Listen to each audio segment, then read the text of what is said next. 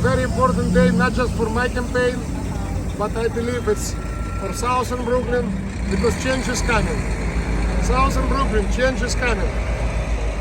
This year, we will make a stand, and we will prove that communities of Southern Brooklyn support NYPD, support low taxes, support merit-based education and parental choice, support great quality of life, support New Yorkers, support people of New York City. And I'm very, very happy to stand today with a very good friend of mine, the person who doesn't need any recognition, the person who saved so many lives, who patrol subway at nights, not during the campaign, but before and after the campaign, who is talking to homeless people, who is talking to small business owners, who is traveling all over the city he loves so much, to help everyone, to bring communities together. I saw Curtis Sliwa at every parade possible. Puerto Rican parade, Israel Day parade, Irish parade, St. Patrick Day parade, Norwegian parade, you name it. Because he loves New York and New Yorkers. And he works for New York and New Yorkers. I also admire Curtis Sliwa because he has the courage to say something that some people are afraid to say.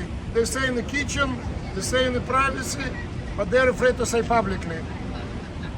He is saying, you know, it's not about political correctness. It's about saying what is right. And if it's criminals and crime victims. Rights of crime victims over rights of criminals. Jails should be in existence. We cannot close all jails and pretend criminals do not exist. We cannot pretend crimes is just our imagination. And businesses are sick and tired of this micromanagement, high taxation, and politicians who are telling them whether to put napkins inside the order or take out these napkins. Mind your own business, and please do not terrorize small businesses, including in this beautiful neighborhood called Bay Ridge. So it is my distinct pleasure and honor today to introduce one of the best leaders of New York City, Curtis Sliwa.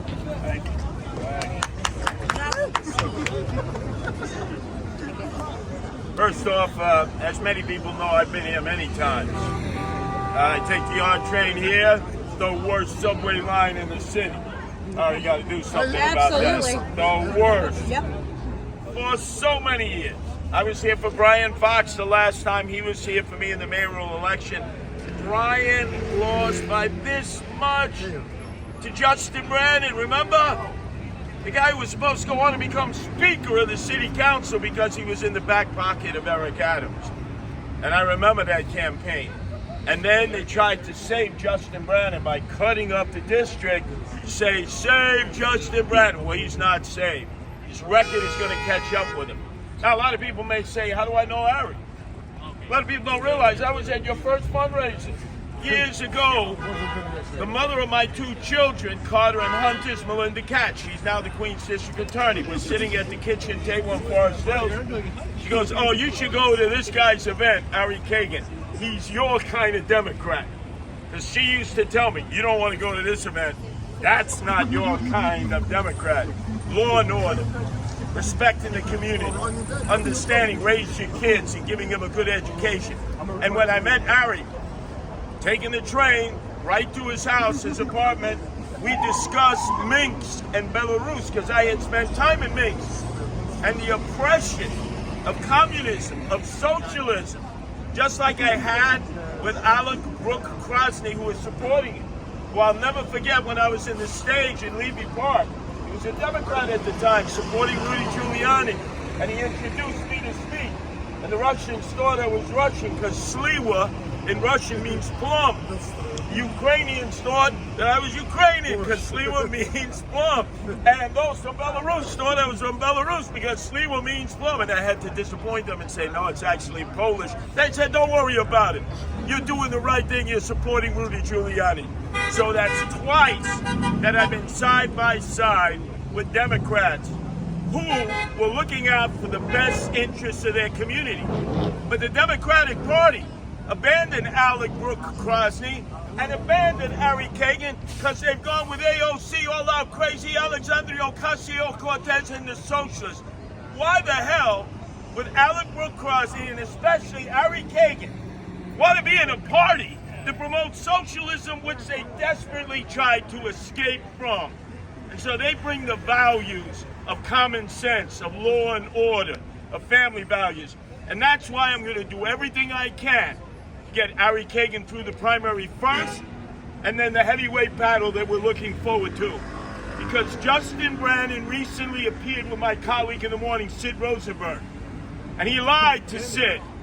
He catered and he tailored his answers to the WABC audience. And I pointed that out to Sid. So tomorrow at 7:05, I'm on with Sid, and we're co-endorsing Ari Kagan. We're bringing the power of WABC. Two Brooklyn boys. I'm from Canarsie, Sid was from Midwood, and we're bringing the ability that we have to convince people in Southern Brooklyn. We know Justin Brannan. He's a fugazi. He speaks with forked tongue. And it's time that we send him to the private sector, which I'm telling you, you'll find it very difficult to find employment. And so we're going to muster our forces, but we got to get you through the primary first, June 27th. And I'm going to be here in Bay Ridge, as the Guardian Angels already are, and in all the areas of his district. One thing I can tell you about Ari Kagan, he not only has support where you'd expect him to have support from the Russians, Ukrainians, and Belarusians. This man can walk into the projects. Black and brown people respect this man because he's been there for them before. When Eric Adams tried to push those migrants into that gymnasium in Coney Island, who did the people go to?